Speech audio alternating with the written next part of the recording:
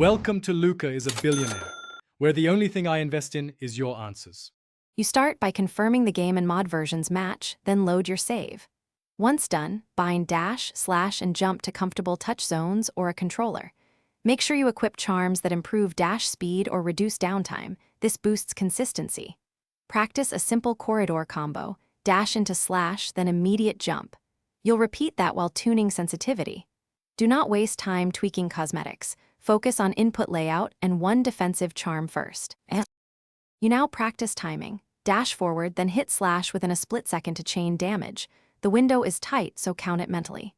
Once you have that rhythm, add an aerial jump slash to extend reach, then use a midair dash to reposition or evade. This creates a fluid assault.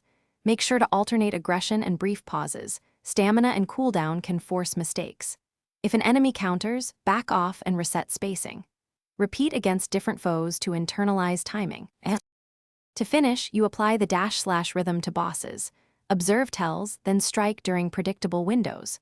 Once done, rotate charms to favor survivability for longer fights.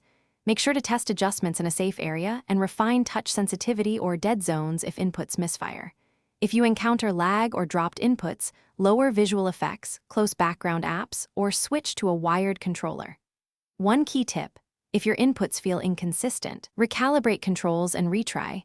That fixes most problems. Thanks for watching and please subscribe. It's the best investment you'll ever make.